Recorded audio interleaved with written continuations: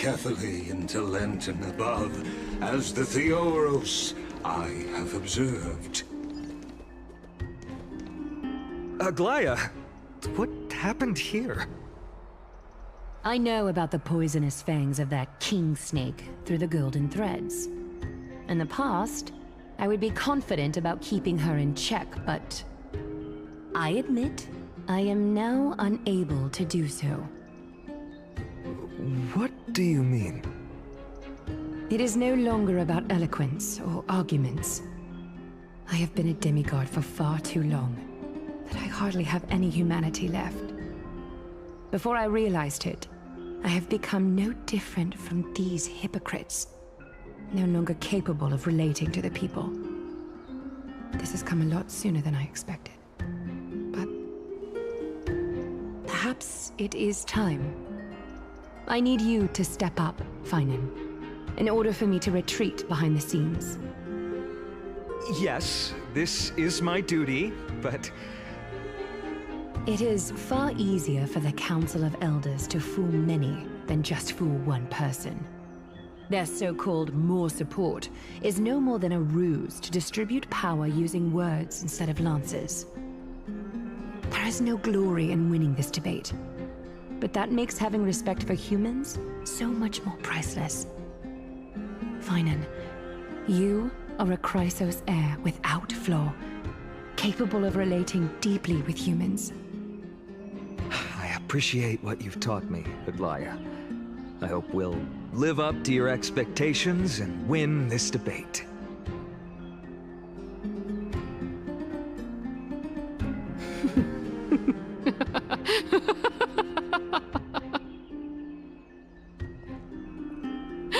Oh, you've done well, Lord Calictus.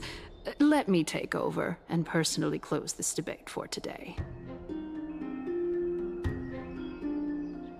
Dearest counselors, let it be known that I sorely miss the blissful times portrayed in lyrical poems.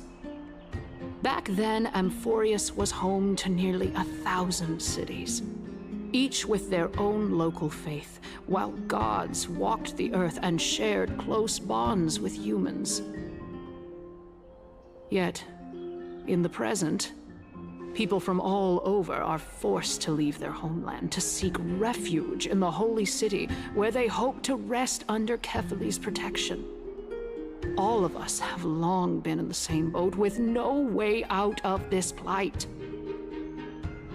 We didn't have a choice in the past, but now, the Council of Elders brings to the table a new possibility. All I have left is one question for you. Would you rather strive toward the unheard of Era Nova, or return to the prosperous Era Chrysia of our past? Make your choice.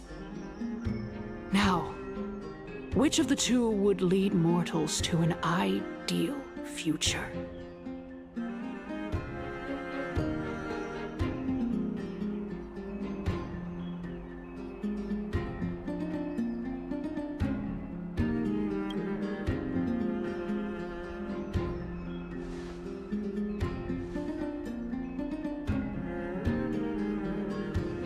We all know that Era Chrysia is a thing of the past, Lady Kindness. Please, enlighten me. How does the Council of Elders plan to turn back time? Let the three Titans of Calamity be born, and Era Chrysia is nevermore. But bring demise to those Titans, and Era Chrysia will descend upon us again.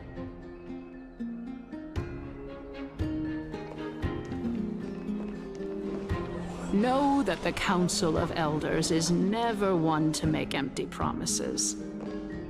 Look at who we have on our side. Anaxagoras, one of the Grove's 7 sages, and Castorus, Idonia's goddess of death. With the help of these 2 heroes, I can promise all of you that Era Chrysia will exist once more. Aren't they Chrysos heirs? they're supporting the Council of Elders instead? It's clear from the start that these heroes do not get along well in their group. All the more proof that Aglaya is unfit to speak on behalf of every Chrysos heir. I am in favor of Era Chrysia. Era Chrysia! Era Chrysia!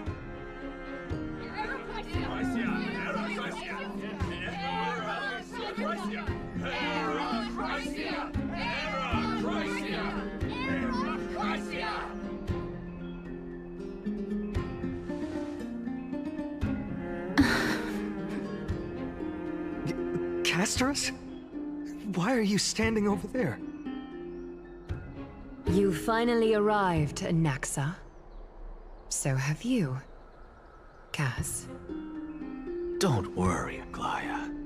Well, I know that you have many queries. Could you continue to converse like how the citizens normally do? Tell me, dear citizens, if we successfully retrieve and return Thanatos' core flame without anyone passing the Death Titan's trial, what would happen next? The answer is simple.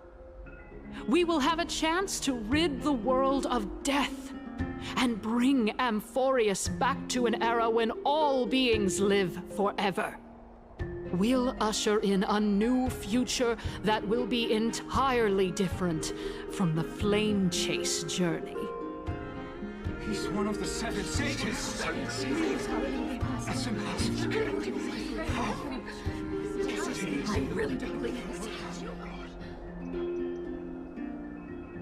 Your proposal is much too idealistic. As long as the Black Tide still exists, how can we go back to the old days? Remember what I previously said? Kefali's core flame is guarded by the secret power of the Council of Elders. Plus, Pagusa's water curtain will be able to block out any external perceptions. Tell me, dear citizens, have any of you ever seen even a glimpse of the threat that this person is talking about anywhere within the walls of this majestic holy city?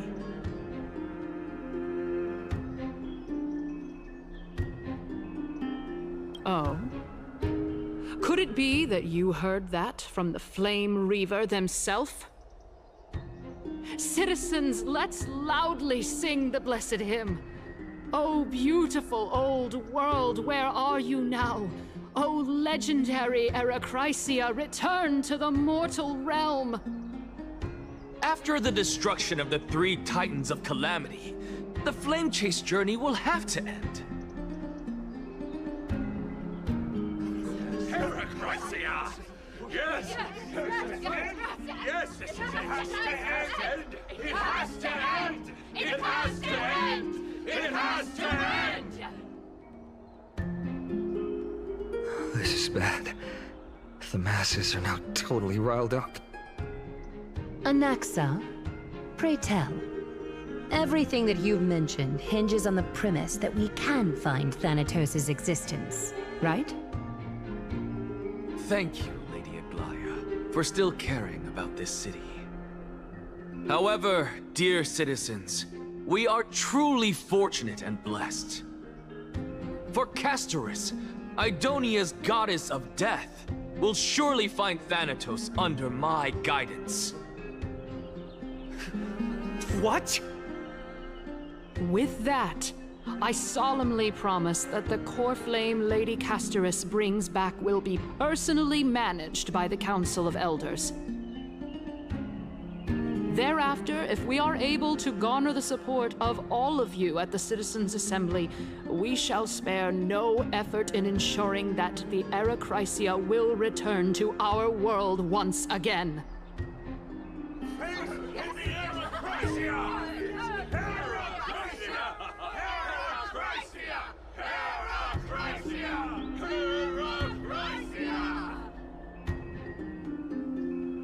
With the balance shattered, the result is clear. By Kefali and Talentin above, as the Theoros I have observed. Akama has chosen her destiny. The issue up for discussion at this Citizens' Assembly shall be modified to the suspension of the Flame Chase journey. This resolution shall be put up on the Wall of Heroes, such that all citizens are aware of the city's way forward.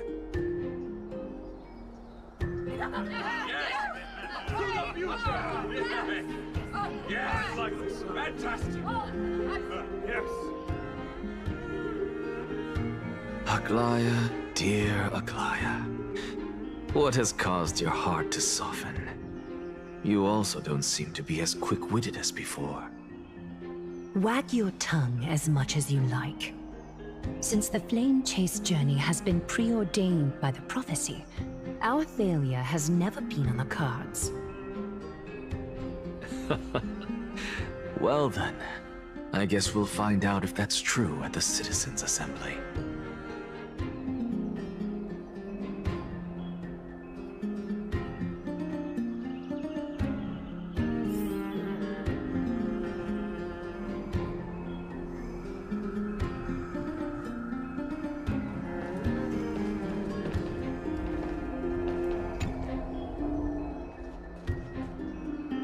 Well, it seems that when I sent you to look for Anaxa, I unintentionally facilitated your partnership with him instead. My apologies, everyone. I know that you have many questions to ask me. I will answer them to the best of my knowledge. In that case, please tell us as much as you can. In actuality, he showed me a past that was both long and heavy. The reason I say this is as I've mentioned earlier. The answer was hidden in my journey unto death. Anaxa, you were in the Netherrealm? Yes, I am but a living dead man now. But that's not important. What truly matters is, I overheard a conversation between heroes.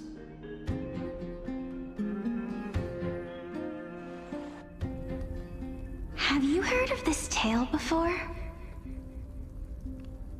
A tale about the ocean god's treasured pearl, our hometown. It was a seaside town which enjoyed the ocean breeze and glorious, peaceful times, thanks to the wisdom of its ruling queen. Until one day, an evil dragon descended upon the town. Its wings were large enough to blot out the sun, while its claws were sharp enough to rip the waves apart. It barged into the tall tower and devoured the queen's beloved daughter. It even settled itself in her bedroom, like a tyrant king. The queen assembled 300 warriors who managed to subdue the evil dragon by chaining it up. However, when the queen slit open the dragon's belly, she realized that the princess had long since been digested, and all that was left of her was a pile of bones. Devastated, the queen wept for several days. It was then that a devious, smooth-talking scholar arrived at the palace and suggested that the princess could be revived through the use of dragon bone and dragon blood. That liar called this process the secret art of alchemy. The princess was reborn! The queen was overjoyed, blissfully unaware that the evil dragon's soul still lurked within the princess's body. As revenge, the evil dragon swallowed the poor queen, the glib liar, the courageous warriors, and all of the town's innocent civilians in a single gulp. Worse still, the souls of the deceased refused entry to the Netherrealm because they were filled with regret. Forced to roam the mortal realm, these resentful souls ultimately converged into a river of souls, that would not retreat for a long time. The terrifying death had consumed all. Thereafter, our hometown fell into ruin as well. Until... Until? Until? Actually, I don't know what happened next either. Oh, my... It seems that you still like to whet people's appetites even after all this time, Pelixia. So, according to your story, this is how I used to look? It's practically a mirror image. And yet, what exactly is this? A miracle that I created with alchemy. As for what it is and how I was able to accomplish it, I'll keep the answers to myself for now.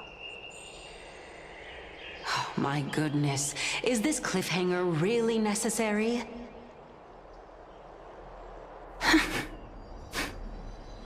Quiet, Titan.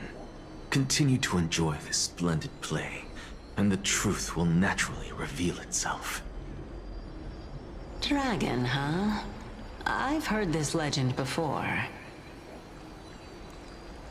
In that case, what do you think of it? I think that this so-called alchemy was a tenuous analogy added to the story by future generations. After all, you've never heard of a tradition of alchemy in your hometown before, have you? Indeed. Before I left home to pursue my education, I never even knew that anybody was looking into this area of study. Therefore, we can just treat this tale as a fable told to young children. A fable, you say? If so, what moral is it trying to impart to the kids?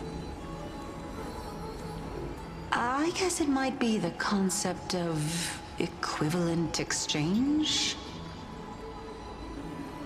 Oh?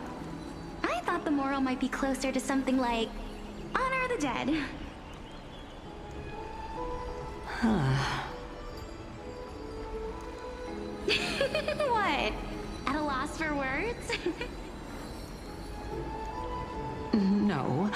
I merely realized that we're both thinking of the same principle. If life is priceless, then there is hardly anything else in this world that is of equal weight to it, right? Indeed. As expected of the wisest scholar in the land. You flatter me.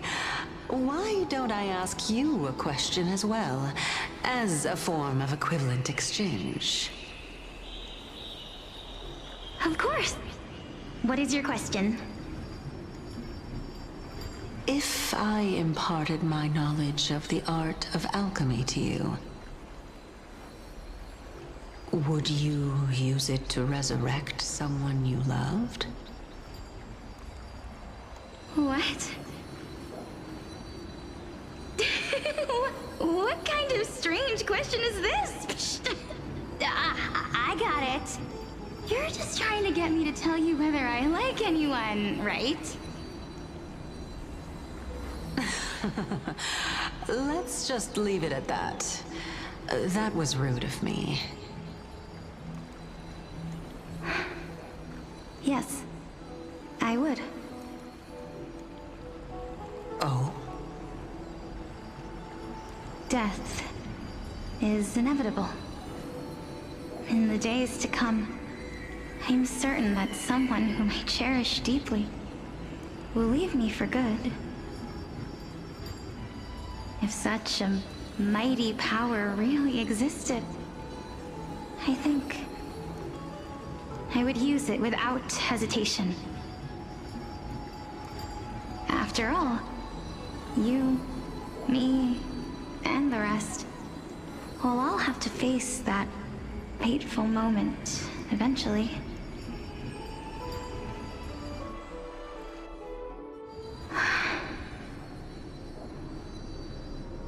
My time is finally here.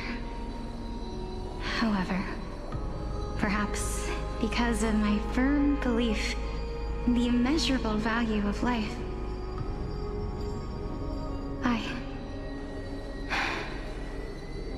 I am unable to complete the trial.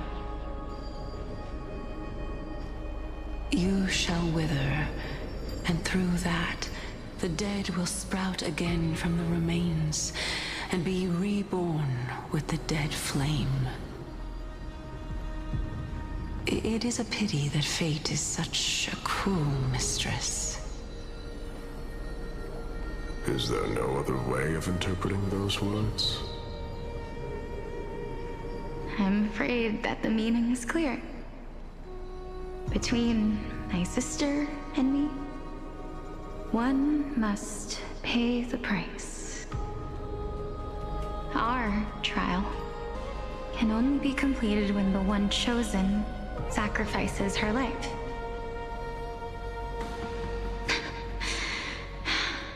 I'm afraid that the prophecy might even have selected a pair of twins for this exact purpose. Fortune makes fools of us all. My sister is prepared to sacrifice herself. And yet, I can't do the same. How absurd. My time is almost up, but I'm still afraid to welcome death. What should we do? If I'm ultimately not able to make up my mind... Since Chaos is willing to guide all of us and leave this trial to the end, there is still plenty of time for you to ponder. That's right. Don't allow the fog of an uncertain future to cloud your mind. Trial, prophecy, the topics that they're discussing seem familiar. But these three people must not have left their names in the epics. Otherwise, I would have some recollection of this. Amphorius's history before the Titans were born was complete chaos. Is that not strange by itself? I have long held three hypotheses about this. However, let's continue watching for now. Calypso, Polixia, and this warrior. I seem to have met him somewhere before. Regarding this matter, Nias, are you confident that you'll complete your trial? Of course. Though, I am worried about what will happen once I've emerged victorious.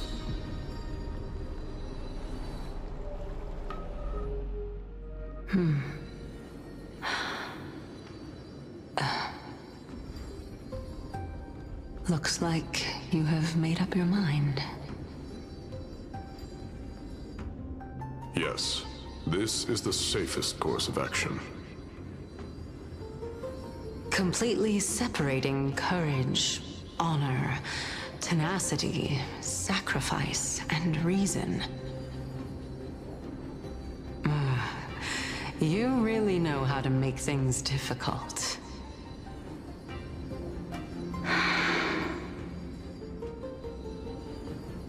Please, young lady, witness my fall and demise. Lady Calypso, you shall host the soul-rending ceremony. I do not understand. Why would you dare to sacrifice yourself for a future that you won't get to witness? Because this is our destiny. The power that resides within me is so intense that I will one day be engulfed by it. Furthermore, A valorous death before glorious return has always been the path I chose to walk. A journey I began long ago. If your sister or Kaos were in my position, I believe they would make the same choice as well.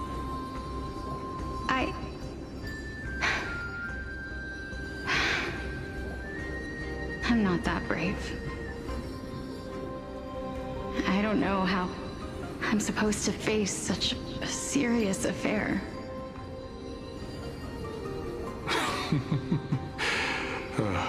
Despite being Death's chosen one, it seems you still don't know how to face it. Let's chat, young lady. Perhaps I shouldn't end my journey so hastily. Since there's still time, I'm not worried about letting fate wait a little longer. Of course. This warrior is Lord Anias. As the embodiment of Nikador's divinity, he entrusted his life to us and allowed humankind to end his madness. That means that what I'm currently seeing before my eyes is, in fact... Looks like one hypothesis of mine has already been proven true. These heroes are the true forms of the Titans, before they attain their divinity. If so, the chosen one of death that he speaks of is actually... Polixia?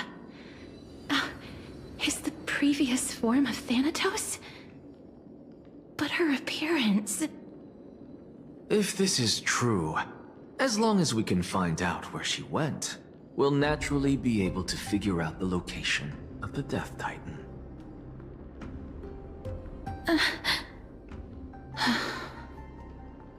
But before that, we first need to witness what ultimately happened to Lord Anias.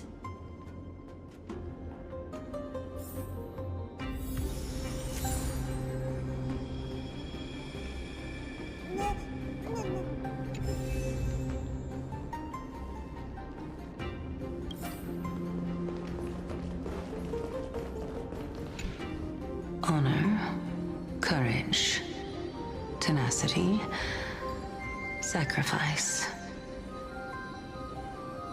And finally, the only thing that remains is reason. Cheer up, young lady. There is no need to shed tears over a glorious death. All farewells in this world are sorrowful, Lord Anias. No, young lady. As a warrior, I have witnessed too many bitter deaths. But now, all I feel is peace. I did not know until this moment that mortals could live their lives in such a way. Although only a sliver of your soul remains, you remain so optimistic. Or maybe the truth is that you aren't able to feel sorrow anymore. To be honest, I don't know either. But I am certain of one thing. This is not an acceptance of death nor apathy toward it. It's not even a feeling of despair. I am just enjoying what remains of my life to the fullest. Enjoying? Indeed. Along this journey that we've taken together, not only have I changed the world, I myself have also changed in the process. And now I have reached the journey's end. When I look back and see the grand epic that I've personally written, how could I not revel in that fact? But when you depart the mortal realm, won't all of your accomplishments be reduced to nothing?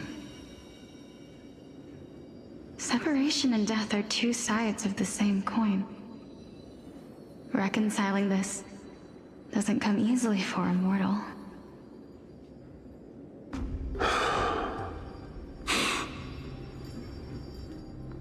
Finally, let me recount to you a story of mine, young lady. The first time I returned from the battlefield, I felt extremely hollow. The calamity had devoured everybody on the battlefield but me. When I returned to the city alone, the citizens held a banquet for me that was far from pleasant. I felt as though I was still on the battlefield, and the person who had returned was nothing but an empty shell. It was late into the night by the time the banquet ended. My head still reeling, I returned alone to the barracks. On the way back, I encountered someone. It was a crazed scholar looking at the night sky and muttering to himself by the side of the road. Although I tripped over him and fell, I wasn't angry in the slightest. And maybe because I saw myself in him, I inexplicably asked him a question. Do you think that it'd be better if we just died on the roadside like a couple of stray dogs? To my surprise, he shrugged his shoulders and sighed. How does someone who is currently experiencing death, dying and living, afford the same amount of bliss? Now please, go away and don't block my starlight. Are you trying to say that there is no difference between living and dying? For they are both journeys that lead toward death? That's exactly what life is, and death is, but a scale to measure how valuable the journey was. Journeys and epics are only glorious and magnificent because all things eventually fade to dust. Therefore, young lady, don't detest your fate. Instead, willingly and respectfully embrace it. The embodiment of strife telling me about the majesty of the world? Indeed. I believe that when the fated moment eventually arrives, you will be able to understand my words. It is time for me to knock on death's door. I will set up a long table at the end of the road and humbly await your arrival. When that moment finally comes, let us drink and be merry then.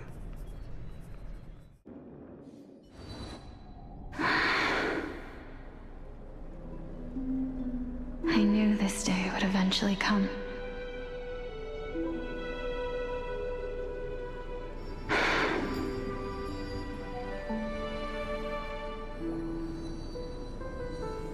Are the both of you ready? Mm-hmm. Polixia. I'm here.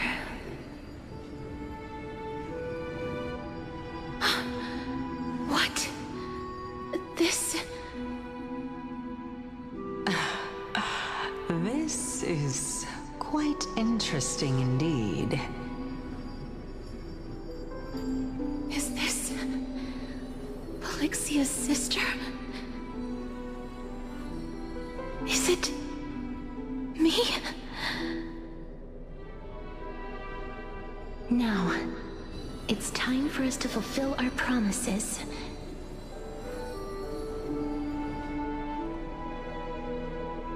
Are you afraid?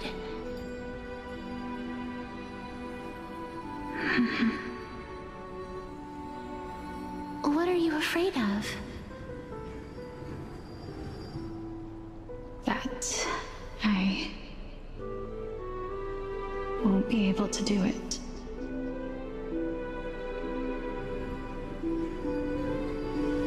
You shall wither, and through that, the dead will sprout again from the remains, and be reborn with the dead flame.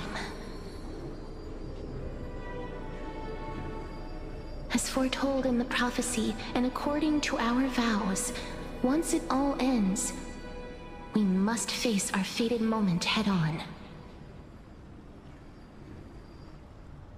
Even if it was prophesized, do we have no say in the matter? It's so unfair. Why are we the only ones who are forced into mutual destruction? Let me do it, sister. Let me be death's sacrifice. I was never long for this world anyway. But you're different. I was the one who wasted your life after all.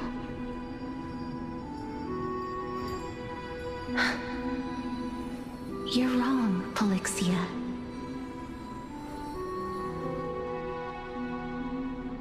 I don't think that my life was wasted.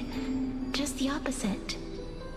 When I finally arrived at this destination and looked back at the journey I took, I discovered that flowers had long since bloomed along the path I walked. It was you who sowed the seeds for this sea of flowers, one that is more beautiful than the promised land at the end of the world. Besides, I have lived a fulfilling life. Even though I was fated for sacrifice, none of the things that I've experienced will dissipate. Instead, they'll forever live on as memories inside your head. Will they not?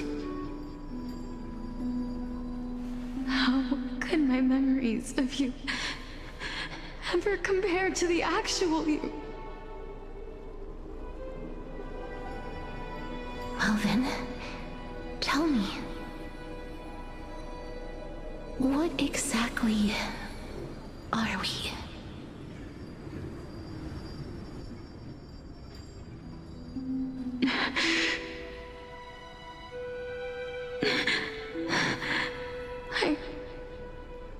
I don't know. I don't know either. But regardless of what the answer is, regardless of how we're shaped by others, or even by this world, ever since we were born, the fact that we existed was predestined, and nothing could erase it. This is why I will always, always be by your side.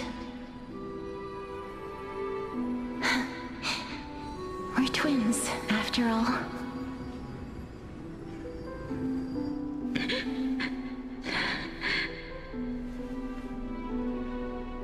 All right, my dear Polixia.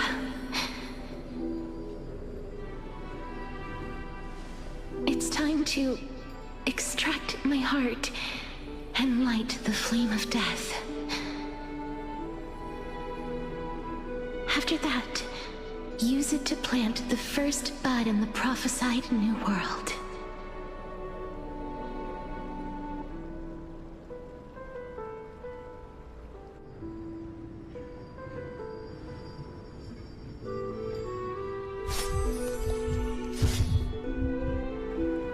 If I imparted my knowledge of the art of alchemy to you, would you use it to resurrect someone you loved?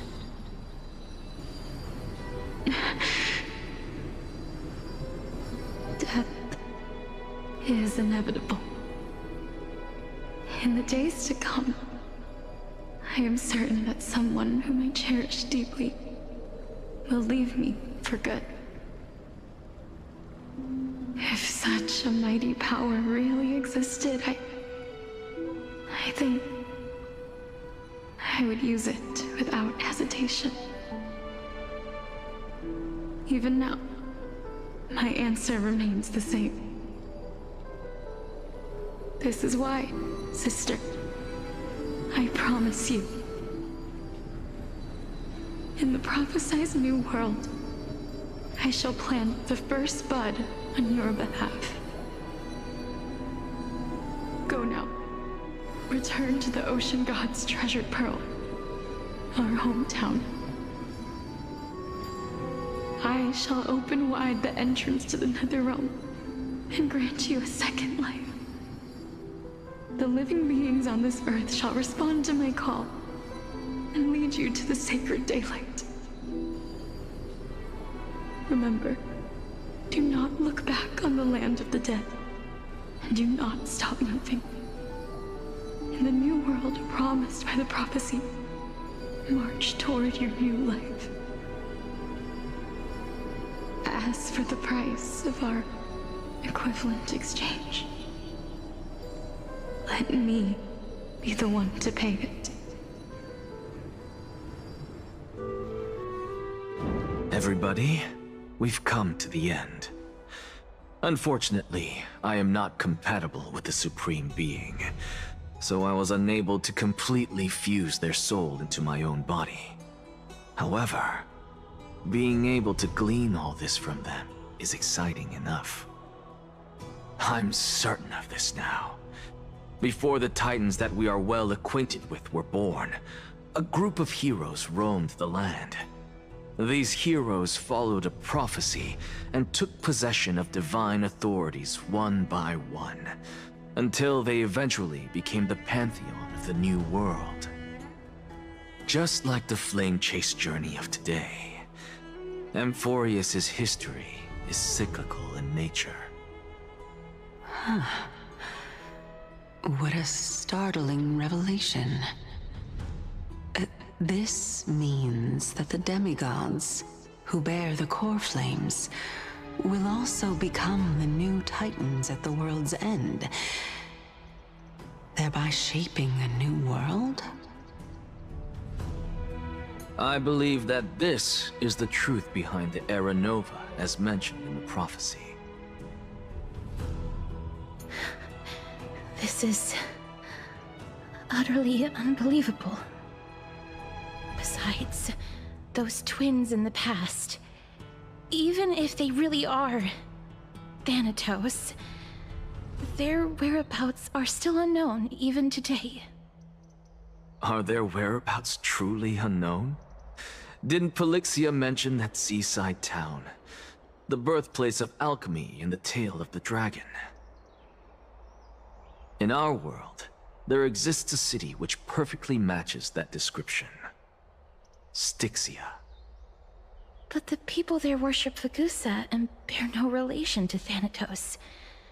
I have also never been to that place, as in the time of Idonia, it had long turned into underwater ruins. Take this. This is... the new Sporist masterpiece, the Philosopher's Stone. It was made by transmuting all of the sages' wisdom into a single entity, with their flesh and blood as its foundation. Remember, I've mentioned before that the art of alchemy is all about conversion, tempering, and ascension. This process also applies to the pursuit of truth. Regardless of how unbelievable this sounds, the truths of the world have been refined from the impurities. Think about the story of the dragon. This stone will lead you to your real hometown, allowing you to reform the door to the Netherrealm and discover Thanatos' fate. You still look as confident in your victory as ever, but what if your conjecture is wrong? Simple. I shall merely admit to the entire world that my experiment was a failure. However, my line of thinking will not fail because I have already planted the seeds of doubt into the hearts of the masses. Actions speak louder than words, Castoris. With the assembly about to begin, don't forget the promise you've made. I've already searched for so long. I'm willing to try one more time. While we converse, his life is also slowly slipping away. But before I leave, I have another question. What exactly did we witness just now? That was the world imprinted in Kefali's soul. If we are to prove its existence, you must take the final step. Go. Do not disappoint me. I understand. Hey, child of humanity. Don't get antsy. I still remember the question you posed to me. As a scholar, I do not wish to offer up ambiguous conclusions. Let's discuss this topic again when she manages to find the evidence. I merely wanted to ask, was that stone transmuted from your heart? If so, rebirth is no longer an option for you. Why not? When I was a child, I lost someone dear to me. When I was a teenager, I lost my faith.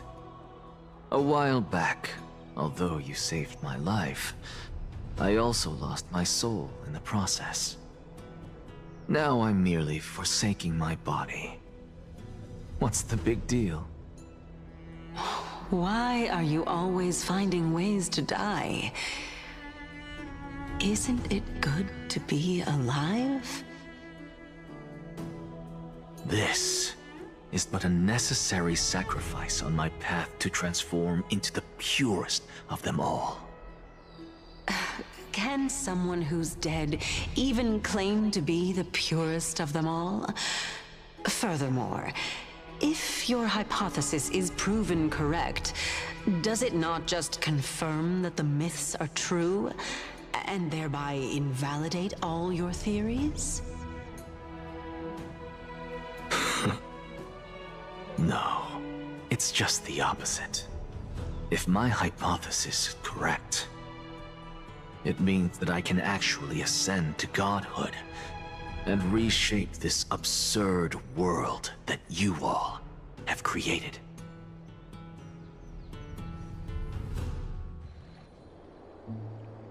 That's a lot to take in at once.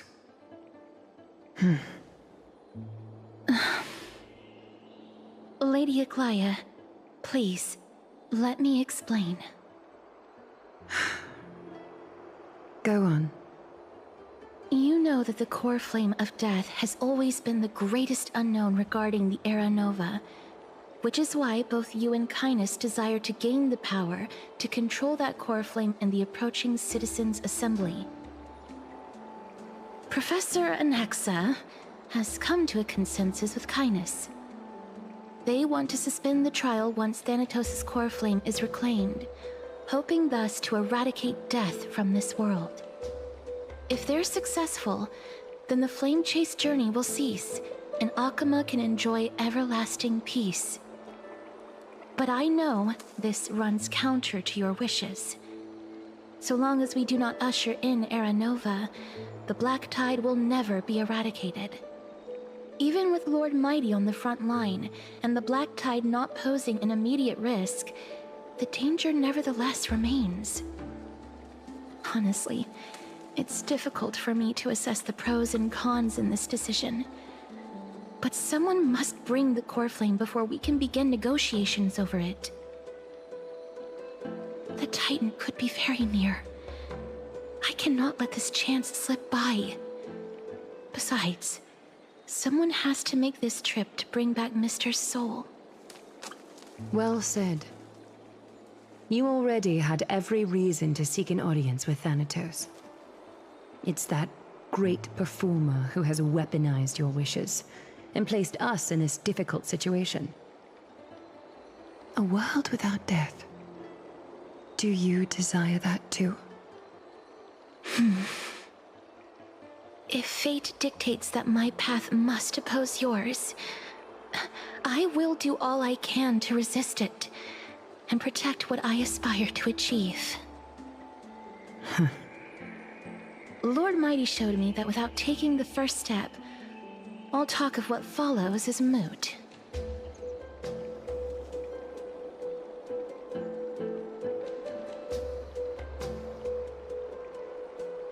I am not going to punish her for that. I have always hoped to hear you speak your mind, Cass, and I am glad to have heard your true thoughts. Styxia. I visited that place in the past. Though it is now an island surrounded by the river of Souls Torrents, it's not hard to see its former splendor. Go. I will not stand in your way. As for you, you are someone who has cheated death. I believe you have more than enough reason to make the trip with Casterus and meet the god of death himself. Casterus, I too look forward to your journey. I wonder what kinds of new interpretations your completed story will bring to the Flame Chase journey. Thank you, Lady Aklia. I hate to put a damper on this heartwarming moment, but if Styxia is now an island surrounded by the river of Souls Torrents, then how do we find a way in? Lady Treby is probably... The answer is quite simple. In the myths, Zagreus once made the domain of the dead their treasure vault. That is to say, they could enter and leave the Netherrealm as they pleased. And if they could do that, then it follows that the demigod who inherited their divinity must be capable of the same. I'll see you at Marmorial Palace at Action Hour tomorrow. Cypher shall be your guide to finding that ancient city.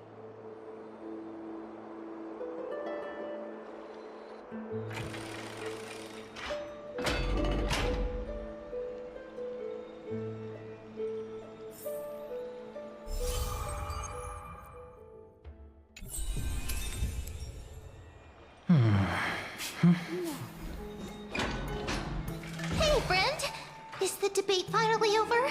Did you win?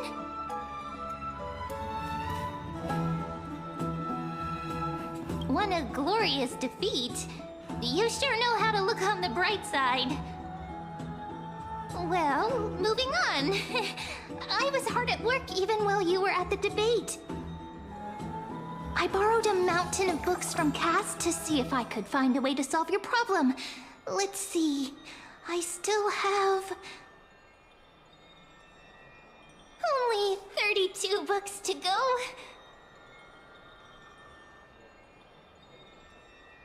Really? Oh, that's fantastic news. I knew it. Hard work always pays off. Especially if you're as diligent as Mem. I feel like a huge burden has finally been lifted off my shoulders. Why are my eyelids so heavy all of a sudden? Oh, you're right. Then I'll go back to...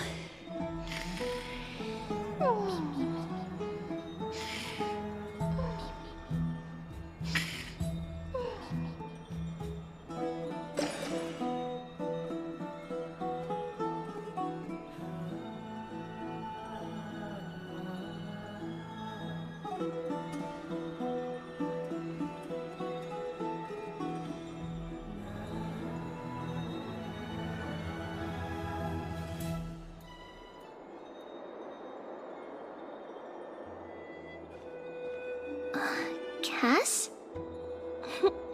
What a surprise. Lady Treby. Is something troubling you? I just wanted to speak to Lady Trian for a bit before I set off. No matter how breathtakingly beautiful Styxia once was, the place is now the domain of the departed. There is no telling what we'll encounter there. I don't want to have any regrets. Has anyone told you that your eyes are sparkling today? Is that a figure of speech? In the past, when you did smile once in a while, all of us could see that your heart remained troubled even as you smiled. Lady Treeby, you know perfectly well that see you tomorrow is nothing but a white lie. I hope your toughness is not a mask hiding a lonely heart. Cass, you hardly ever talked of your past. None of us knows what you went through, apart from Maggie. But we know it must have been filled with pain and hardships, as it is the fate every Chrysosaur is destined to live out. We are just happy for you that the core flame you're meant to inherit has finally surfaced. Isn't it a little too soon to say that? But you already know where tomorrow is, don't you? There is no need to rely on anyone else. Just give it your all and leave no regrets. We have always believed that your embrace is just as warm as everyone else's. Because we embrace others to comfort them. And Cass, you're the kindest Chrysosaur we know. Thank you, Lady Treeby. This feeling...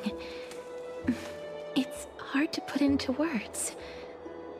I suddenly found myself with so many wishes. So much I want to accomplish before setting off. Then go do it, Cass. Trian was actually working on a surprise gift for you. It's a pity she didn't get to finish it. But now Trinan and I are working on it, and we'll make sure to give it to you. So, let's meet back here when you return from Styxia. Safe travels. See you tomorrow!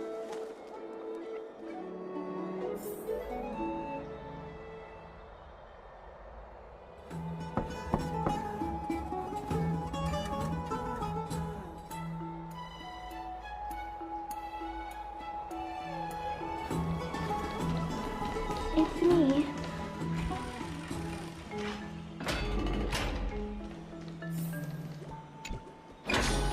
I hope I didn't wake you.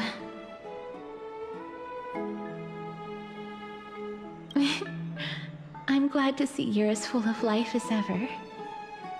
I'm here because of private matters, actually. If it isn't too much to ask, I'd really like it if you could come along with me to retrieve something.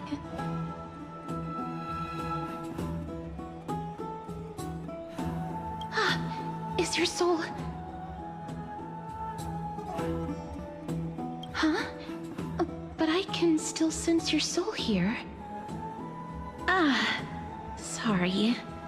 I didn't realize it was a joke. It isn't a long way from here. Shall we?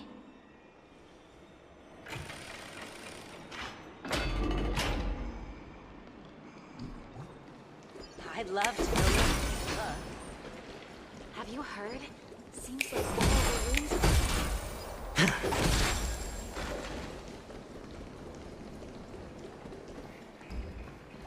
Faith can dispel the black eye. The streets are packed. It seems the vote to pause the flame chase journey has begun.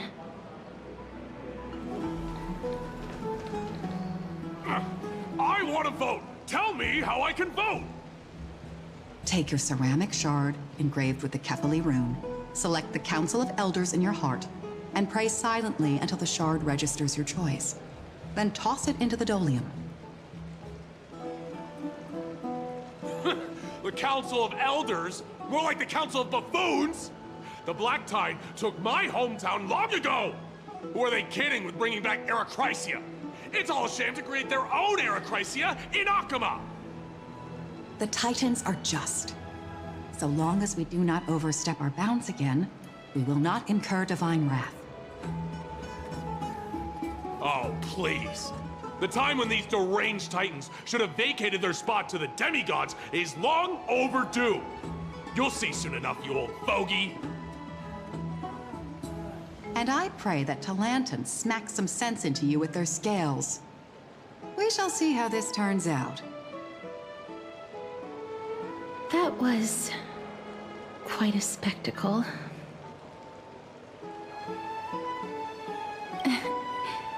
I suppose peaceful is technically correct if no actual violence happened. To this day, I still find it almost unreal that Akama is the only place illuminated by light amidst the crumbling ruins of Amphorius. And its people are even holding votes to reconcile differing opinions. This peaceful sight is making me forget that this is the end times.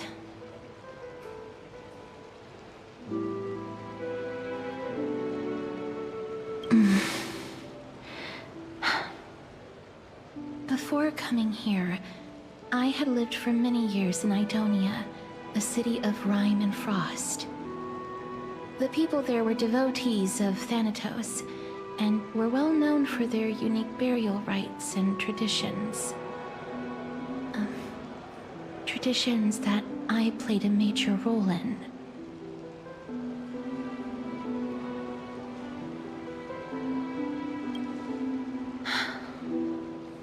Yes. You now know me as the Mortician of Akama. But back in those days, I was Idonia's Maiden of War. I was trudging across the frosty plains on my own when the Idonians found me.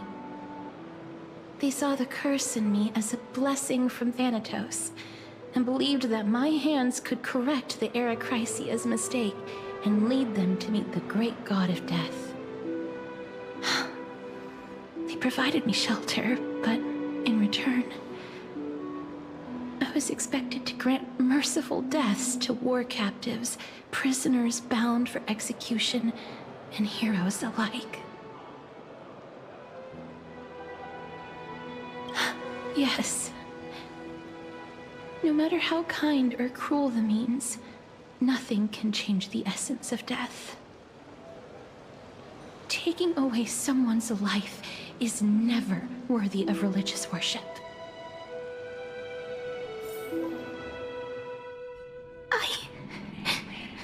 I can't do it.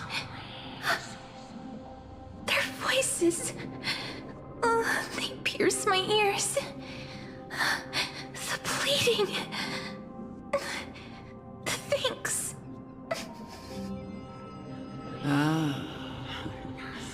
I know that feeling, child. I was once as lost as you are now.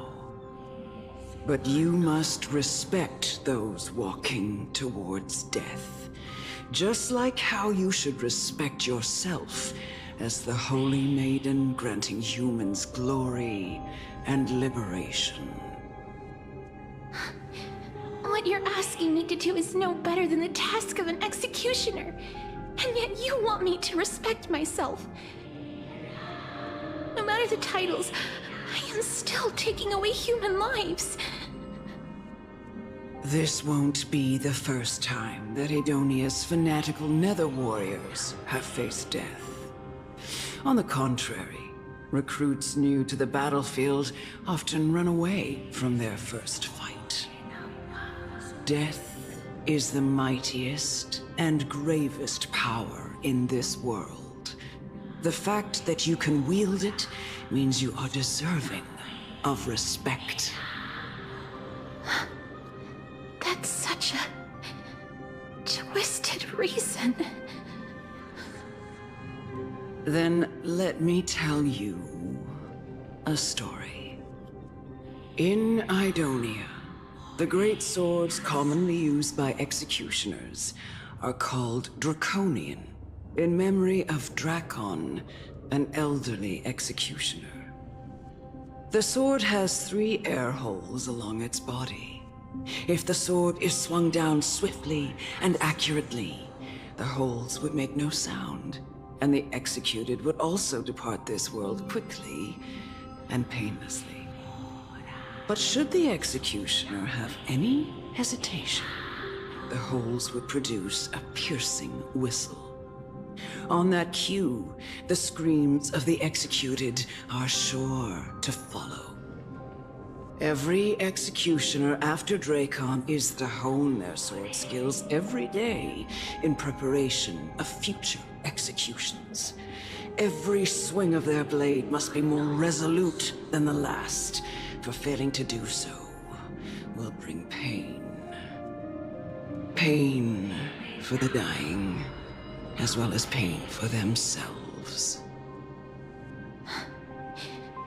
No. I can never get used to this. You misunderstand, child. I am not telling you to get used to it. I'm asking you to consider the source of the dead's suffering, and use that knowledge to fortify your future touches with more and more determination.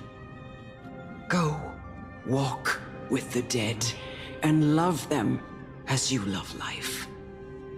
Then you'll no longer hear those noises.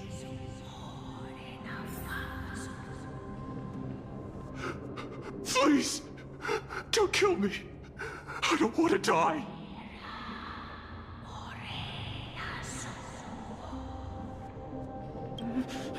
No!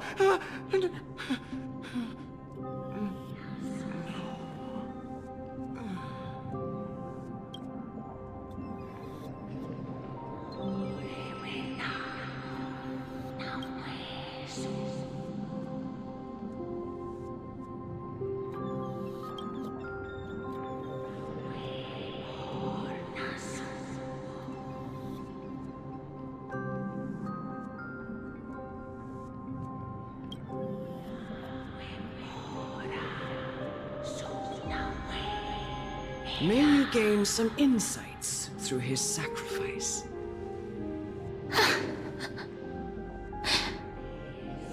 Is this all? No. Come with me. This is just the beginning of your life as the Maiden of War. You executioner!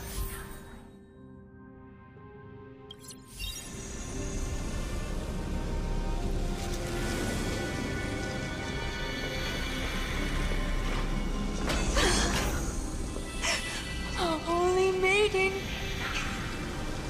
Go.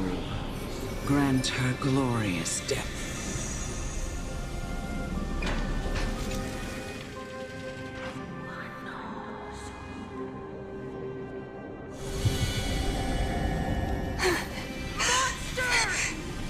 Thank you. Do it then, executioner. You heard him.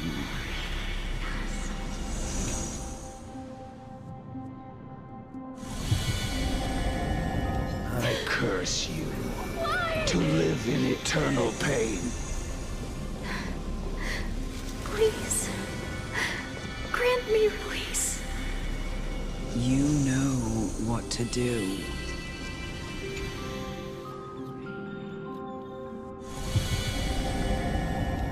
When will this ever end?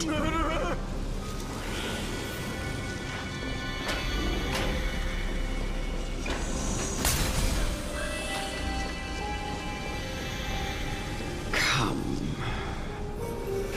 Fulfill your duty. What? What are you trying to do with me? I have aged. The time has come for me to heed the summons of Thanatos and journey to their domain. The final resting place of every Idonian. You're not that old yet. You still have many, many years ahead of you. No. I'm already dead. For I have come to fear my declining health and impending death. Ah, Castoris. Will you give me one last chance to charge towards fear and prove that I am no coward? I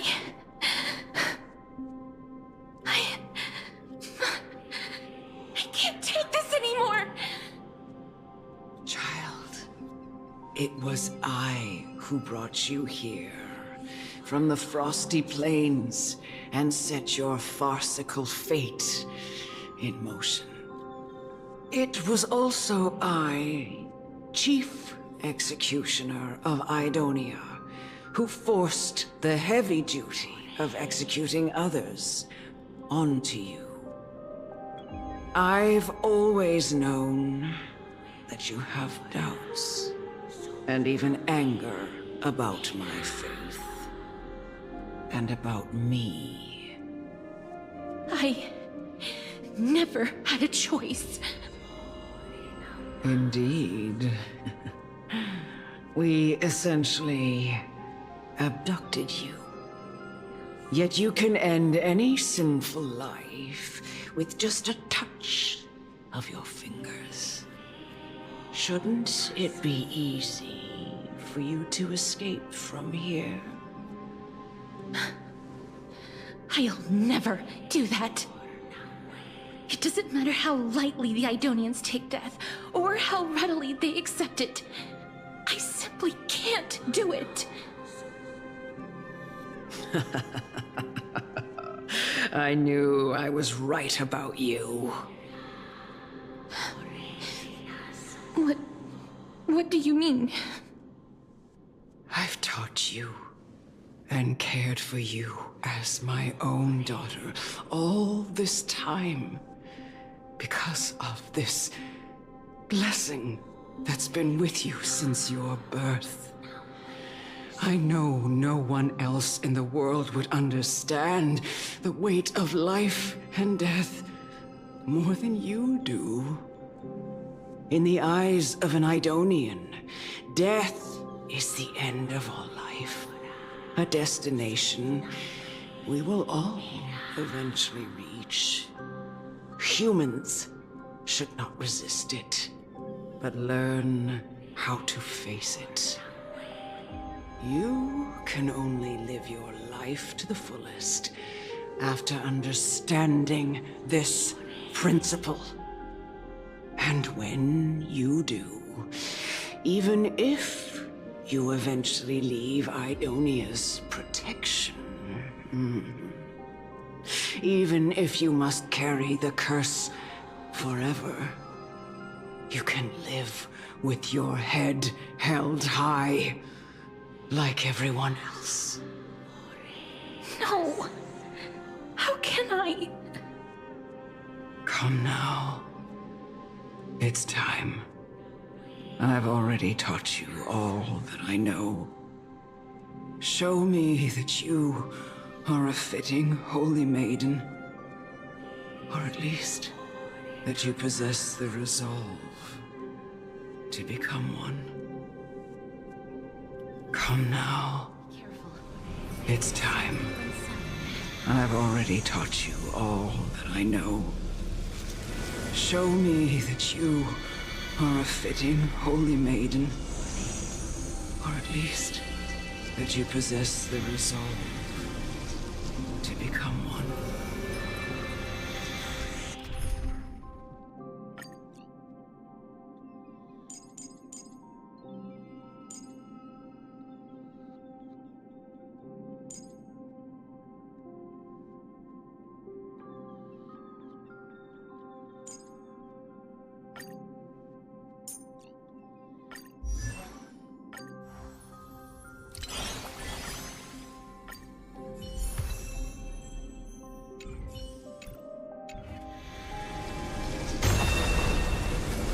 Emerge from your cocoon.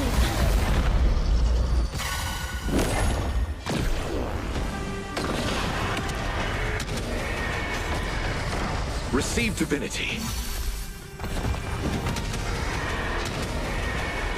May death protect us!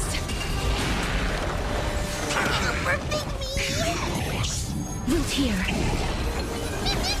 Bloom. Repay. The dead return!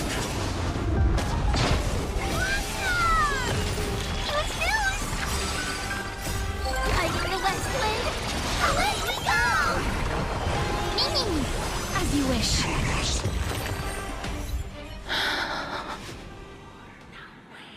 This was the last time I followed her command. I gently touched the elderly woman before me.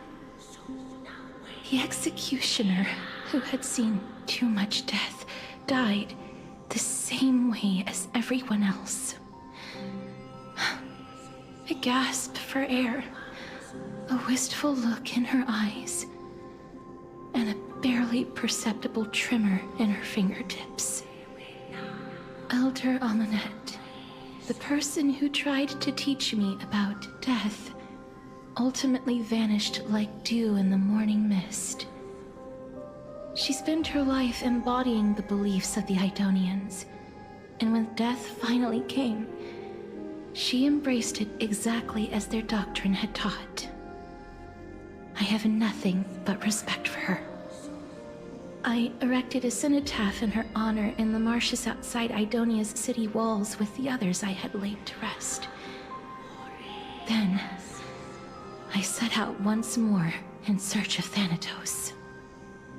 It was a long, long journey.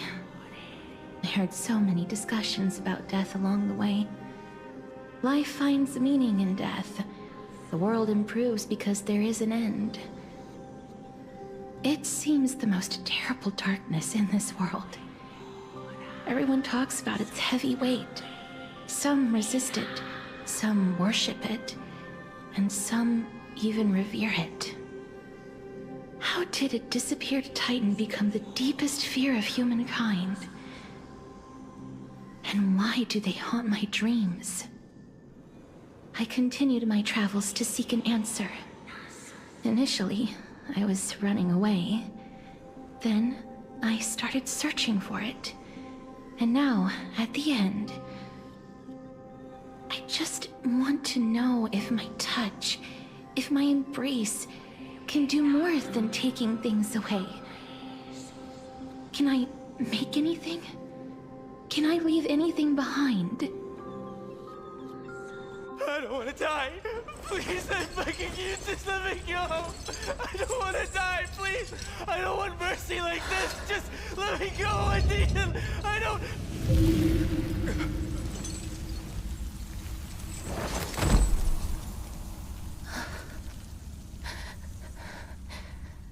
I hate these icy hands.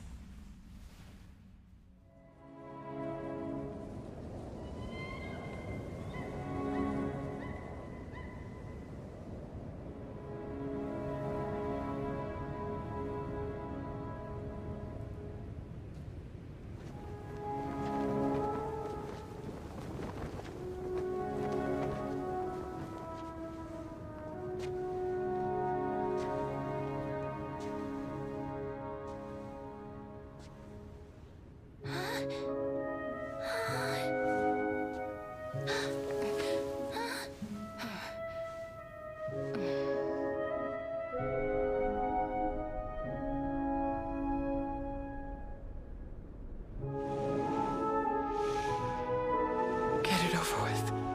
End its suffering.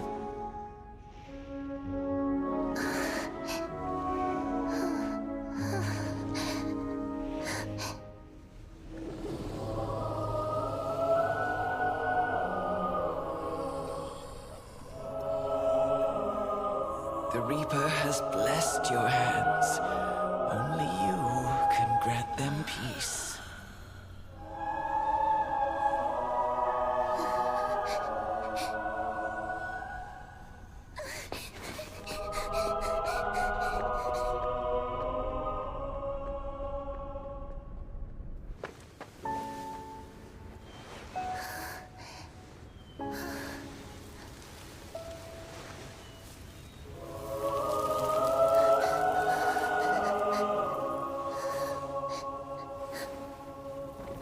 Embrace death.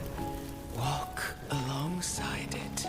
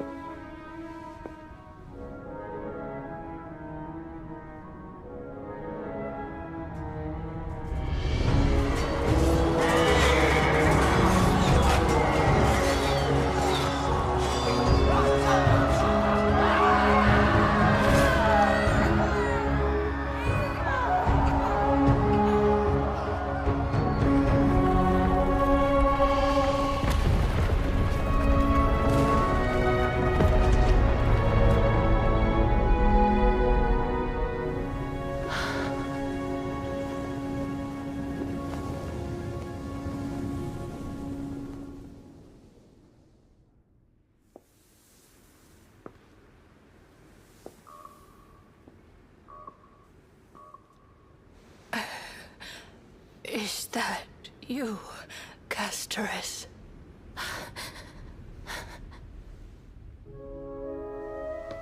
All of them have gone, heeding death's summon, crossing into their domain. I must go too. I don't fear it, just I have some regrets. Watching people leave this world again and again, it must be lonely for you. You must want to desperately embrace them before they go. I can't. These hands, they're too cold.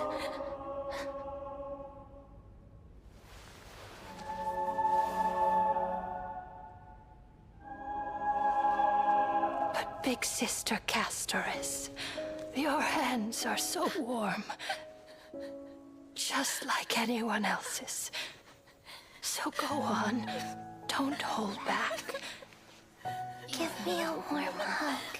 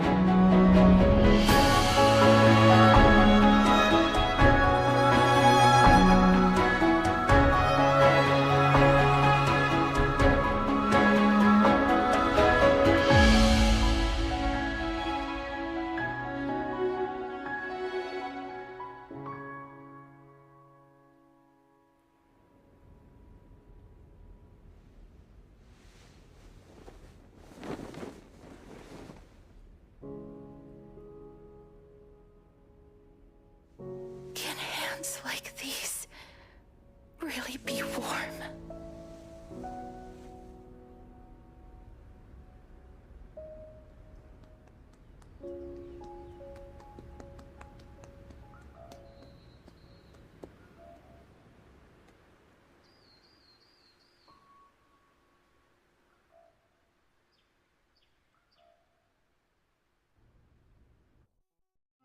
On the day that Oryx's trial ended, you must have had many questions. I felt just as confused. Why, as someone from beyond the sky, were you so cruelly dragged into Amphorius's fate? I wished I could take action, but no matter how hard I try, I cannot simply interact with the living as ordinary people do. Even when we brushed against each other unintentionally in the grove, and it was obvious that nothing had happened. When an almost unattainable hope finally welled up in my heart. When I thought that perhaps my touch would no longer bring sorrow, fate declared to me, it wasn't that the curse of death had finally been lifted, but that your soul no longer belonged to this world. And there was nothing left for my hands to take. Nothing. And did I really think this time would be any different? It's not that I don't understand this reality, just that I'm unwilling to accept it. Having walked such a long road, I am still unable to find the answer to life and death. I am resigned to eternal despair. Anything I wish to hold on to, death will inevitably wrest from my grasp. From that moment on, I lacked the courage to confirm it again. Until Oryx laid bare the cruel truth before us.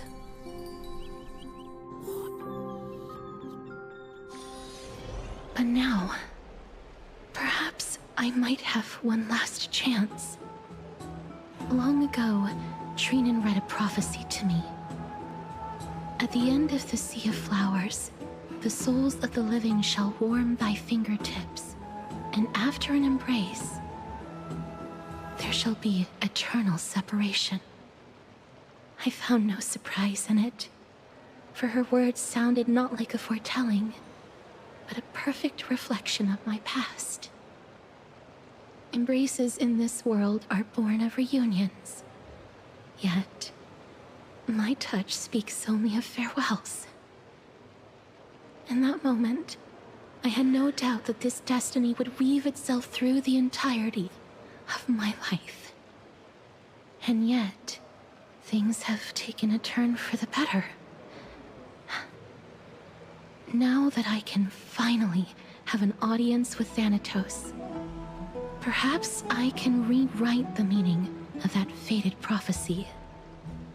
I have no reason not to give it my all. For your sake, and for my own.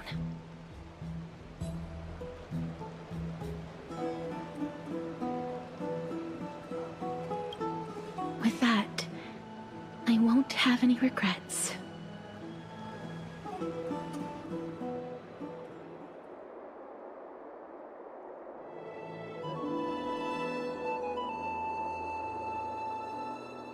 Let's put that aside for the moment. We've arrived. I want to retrieve a small gift I specially prepared for you. I made it myself, like the trinket I gave Lady Trian. I want to leave something for everyone, if possible. The journey to seek an audience with the Death Titan cannot be an easy one.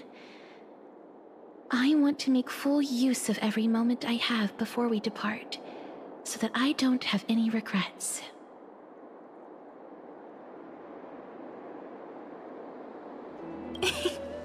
No, it isn't. You'll know when you see it. Look, it's right there. Huh? Where did it go? What's going on?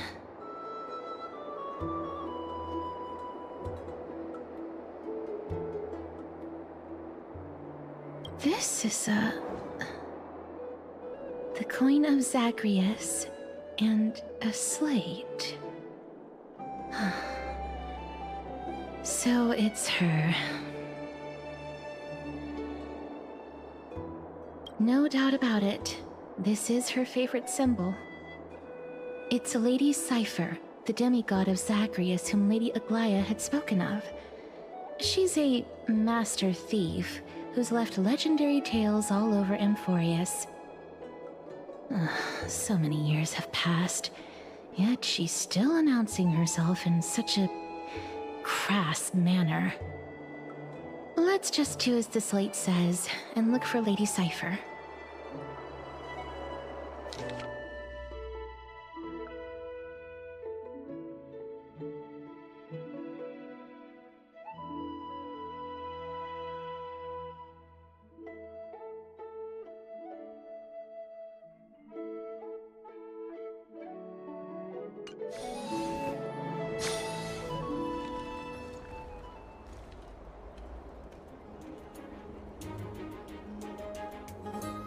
Look, it's right there.